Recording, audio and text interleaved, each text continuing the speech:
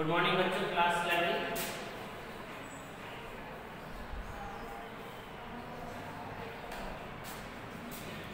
बच्चों आप पढ़ रहे थे सेकंड पार्ट, ठीक है। सेकंड पार्ट पढ़ रहे थे आप, जिसमें पिछली क्लास में हम आपको इसमें पढ़ा रहे थे विटामिन। क्या पढ़ा रहे थे? विटामिन। इसमें विटामिन में हमने आपको विटामिन ए तथा विटामिन बी के बारे में पढ़ा था।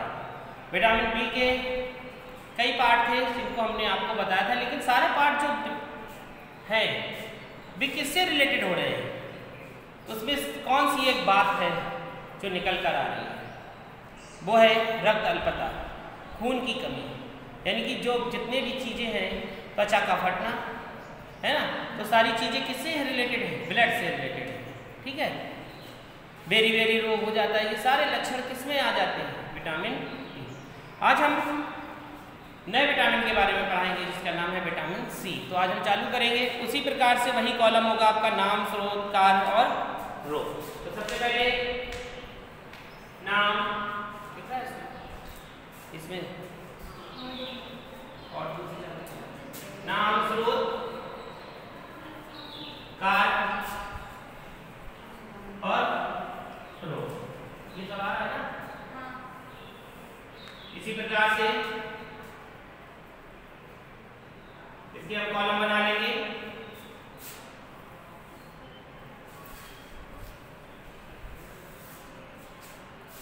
और जैसा कि हमने आपको बताया कि विटामिन बी जो था वो कंप्लीट हो चुका है। अब हम आपको पढ़ाएंगे विटामिन सी। तो हेडिंग डालेंगे विटामिन सी, जिसका नाम क्या है? एस्कर्बिकम। क्या नाम है? एस्कर्बिकम।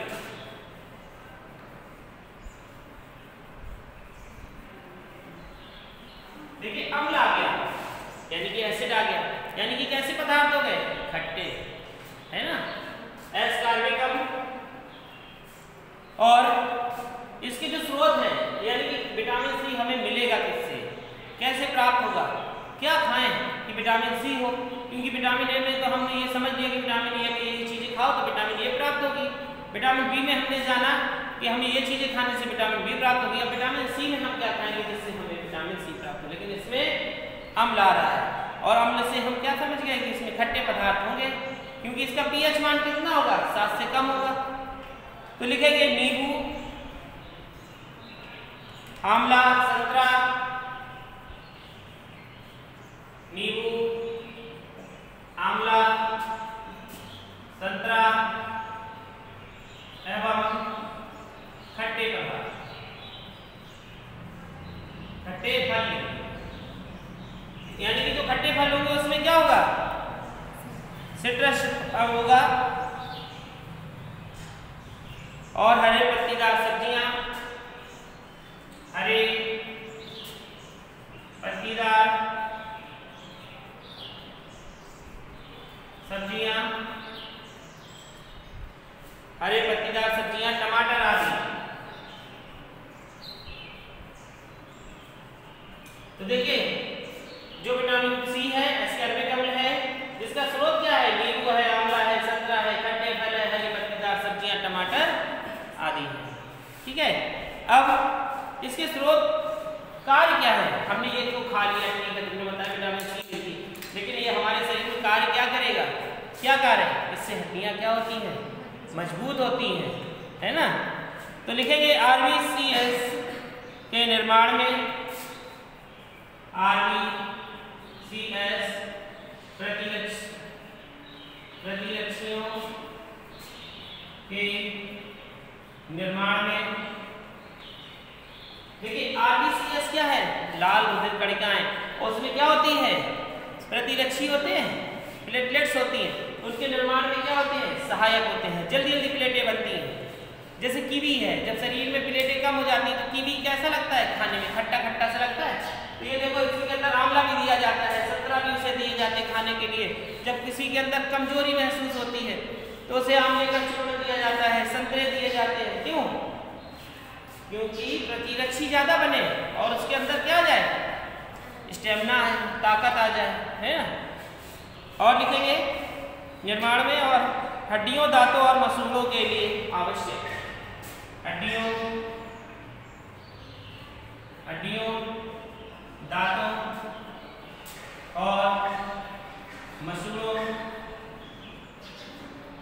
के लिए आवश्यक। देखो हड्डियों के लिए, जैसा कि हमने आपको बताया भी, ये हड्डियों के लिए आवश्यक है कि हड्डी क्या होगी, मजबूत होगी। दांत क्या होंगे, मजबूत होंगे। मसूड़े भी मजबूत होंगे, नहीं तो क्या हो जाएगा, दांत गिर गए 30 साल की उम्र में, कैसे हो गए बुढ़े, कोई चीज खाई नहीं खाई।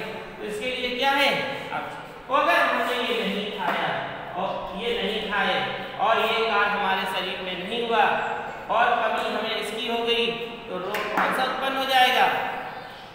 अगर हमने ये नहीं खाए और कार्य हमारे शरीर में ये नहीं हुआ और ये कमी हो गई, तो रोग कौन सा उत्पन्न होगा, स्कर्वी।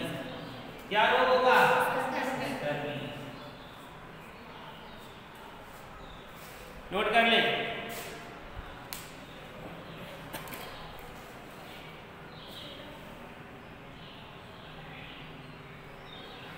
स्कर्वी का मतलब क्या है, दांतों से क्या निकलने लगता है, रुधिर।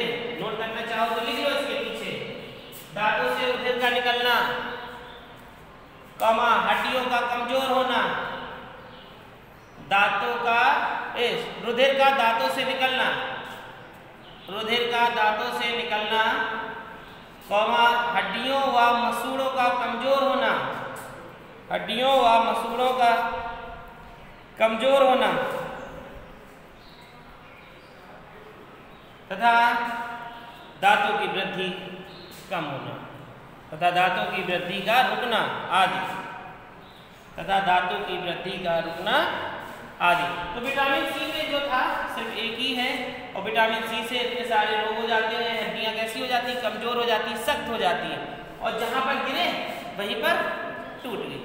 जैसे ये हमारी हड्डी, ये हड्डी है और इसमें विटामिन सी की कमी हो गई, और जैसे ही हड्डी आपके पैर में पड़ी हुई है, आपका पैर कहीं से टकराया या गिरा, तो ये कठोर होने के कारण क्या हुई, टूट गई, भंगुर चीज है। ये है मान लो ये बहुत अधिक क्या हो, टाइट हो, और ये कहीं हमें टकरा जाए तो ये क्या होगी, टूट जाएगी। लेकिन अगर ये सॉफ्ट हो और मुलायम हो, जिसको हम ऐसे मोड़े तो कैसी होगी, टेढ़ी हो जाएगी, लेकिन टूटेगी नहीं। तो जैसे पैर में मोच आ जाना, कुछ हो जाना, तो ये हड्डी का लचीलापन होता है, लेकिन पैर टूट जाना हड्डी का सख्त हो जाना होता है। तो ये आपका विटामिन सी कंप्लीट हुआ। अब हेडिंग दूसरा लिखिए विटामिन बी, लिखिए विटामिन बी।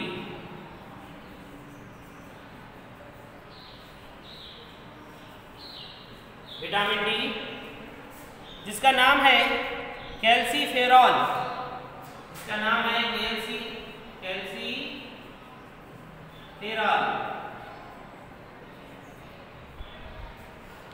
इसका नाम है कैल्सीफेरॉल। अब ये कैल्सीफेरॉल विटामिन डी, आपने बताया कि विटामिन डी बहुत अच्छी चीज होती है और ये शरीर में होना चाहिए। तो हमने कहा कि अच्छा ये बताओ कि हम क्या खाएं कि हमारे अंदर विटामिन डी हो जाए। तो अब आप इसके बारे में बता रही हैं कि आपको क्या क्या खाना। तो लिखेंगे मछली, यकृत तेल, मछली, यकृत तेल, सूर्य का प्रकाश जो फ्री में मिलता है, इसे खाना नहीं है, सिर्फ लेना है, उसके आगे बैठ के। सूर्य का प्रकाश आदि। तो देखो जब किसी को आपने देखा होगा, किसी बच्चे को सूखा रोग हो जाता है, किसी व्यक्ति को टीबी हो जाती है, तो वह भी सूख जाता है, सूखा रोग, उसे सूखा नहीं कह सकते, टीबी हो गई, तो उसमें ये बहुत आवश्यक होती है। मछली तल के नहीं दी जाती, उसको उबाल के जूस बना के, यकृत मछली के यकृत तेल उसके शरीर पे बॉडी पे लगाया जाता है। जैसे सूखे बच्चे आपने देखे होंगे, कहते हैं इनको सूखा रोग हो गया, तो उनके मछली के यकृत का तेल होता है जो उनके बॉडी में लगाया जाता है और सूर्य में लिटा दिया जाता है। तो सूर्य में क्या होती है, भरपूर विटामिन डी मिलती है। हम लोगों को भी विटामिन लेनी चाहिए। जब सूर्य निकल रहा हो उसके सामने हमें 5-10 मिनट खड़े होना चाहिए, जिससे हमें विटामिन डी की कमी पूरी बनी रहे और हमारे शरीर में विटामिन डी की कमी ना हो, क्योंकि उस समय बाष्पोत्सर्जन नहीं होता और उस समय पूरा सूर्य का प्रकाश हमें मिल जाता है। आपने देखा होगा कि छोटे बच्चों को महिलाएं तेल लगा के धूप में लिटा देती हैं और वे बच्चे स्वस्थ भी रहते हैं। क्यों? उन्होंने इस वजह से नहीं लिटाया कि इसको विटामिन डी मिले, उन्होंने इस वजह से लिटाया कि सर्दियों के मौसम में वे छतों पे बैठी रहती हैं या आंगन पे बैठी होंगी, तेल लगाया, उन्होंने धूप में लिटा दिया कि इसको गर्म मिलती रहे। लेकिन उनका अनुमान एक देखिए, उन्हें डबल फायदा, उन्हें इतना ज्ञान नहीं कि इससे विटामिन डी मिलती है, लेकिन उन्होंने उसे धूप में लिटाया कि इसको गर्माहट मिले, ये धूप में रहे, ठंड ना लगे। उससे डबल फायदा, एक तो उसे ठंड भी नहीं लग रही, दूसरा उसे क्या मिल रहा है? विटामिन डी भी मिल रहा है ना।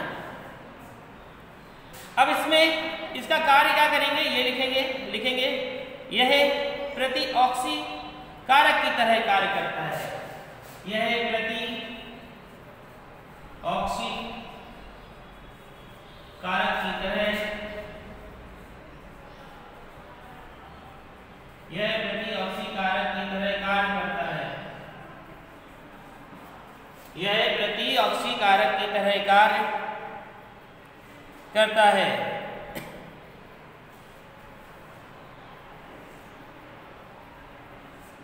तथा आरबीसीएस की संरचना, आरबीसीएस की संरचना, आरबीसीएस की संरचना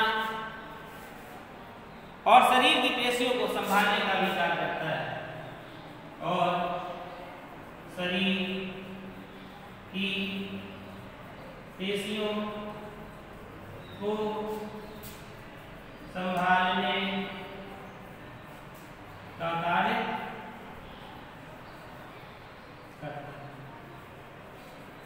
ठीक है, और इसके रोग क्या? अगर ठीक है, किसी ने कह दिया हमने ठीक है मछली भी खा ली, अदरक भी खा लिया, सूर्य का प्रकाश भी ले लिया, वैसे इसमें विटामिन डी है। और इसके साथ ये नहीं कि हम एक ही चीज खाएंगे, आप हरी पत्तीदार सब्जियां हैं और दूध सब खा सकते हो, उससे और भी चीजें मिलेंगी आपको। अब कार्य तो इसका ये हो गया, ये ले लिया, विटामिन डी की कमी पूरी होगी। अगर नहीं ले तो हमें रोग कौन सा हो जाएगा? कौन सा रोग होगा? तो लिखेंगे बच्चों में रिकेटस, बच्चों में रिकेटस यानी कि सूखा रोग।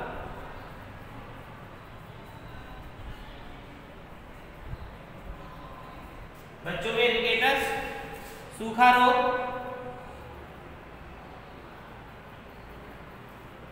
यानी कि हड्डियां तथा दांत कमजोर होना, हड्डियां तथा दांतों का कमजोर होना, हड्डियां तथा दांतों का कमजोर होना आदि।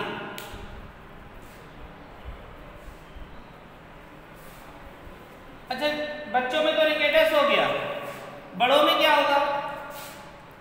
बड़ों में क्या होगा? तो लिखेंगे वयस्कों में ऑस्टियोमेलेशिया, वयस्कों में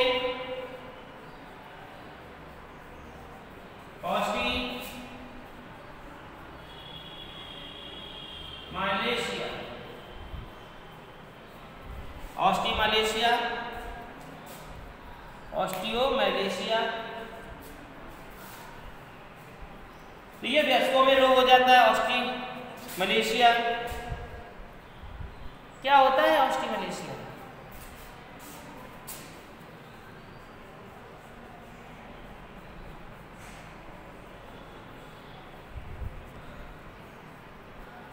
क्या लिखा है? अस्थियों में मृदुता, मृदुता माने मुलायमपन, कमजोर, टूट जाती हैं और अंग दर्द होने लगते हैं, कार्य नहीं करती। तो अस्थियों वयस्कों में ऑस्टियोमेलेशिया, ऑस्टी का मतलब ही हड्डियों से होता है, ऑस्टियोमेलेशिया अस्थियों में मृदुता। नोट कर लें। तो आपको देखो हमने यहां पर पढ़ाया कि विटामिन सी क्या है? एस्कॉर्बिक अम्ल है, जिसके स्रोत नींबू, आंवला, संतरा एवं खट्टे फल है। जिसका कार्य RBC यानी कि लाल बदन कणिकाओं के प्रतिरक्षी जो होते हैं उनके निर्माण में सहायक होती है। यह हड्डियों, दांतों और मसूड़ों के लिए भी आवश्यक है। और रोग हो जाता है स्कर्वी यानी कि हड्डियों का कमजोर हो जाना, मसूड़ों का कमजोर हो जाना, मसूड़ों से खून ना आना। विटामिन डी कैल्सीफर और इसका नाम मछली, यकृत, सूर्य का प्रकाश, यह प्रतिरक्षी कारक की तरह है। अब देखो प्रतिरक्षी कारक जब हमारे शरीर में कमजोर हो जाएगा तो हमारा शरीर अपने आप छील होने लगेगा। RBCS की संरचना RBCS को बनाता है और शरीर के पेशियों को संभालने का कार्य करता है ना, कि पेशी इधर उधर न जाए। बच्चों में जैसे कहते हैं, बच्चों में सूखा रोग, प्लेटलेट्स, हड्डियों तथा दांतों का कमजोर होना, बच्चों में ऑस्टियोमेलेशिया, अस्थियों में मृत्यु। नोट हो गए, समझ में आ गए दोनों। इसके बाद लिखेंगे विटामिन ई, डालेंगे हेडिंग।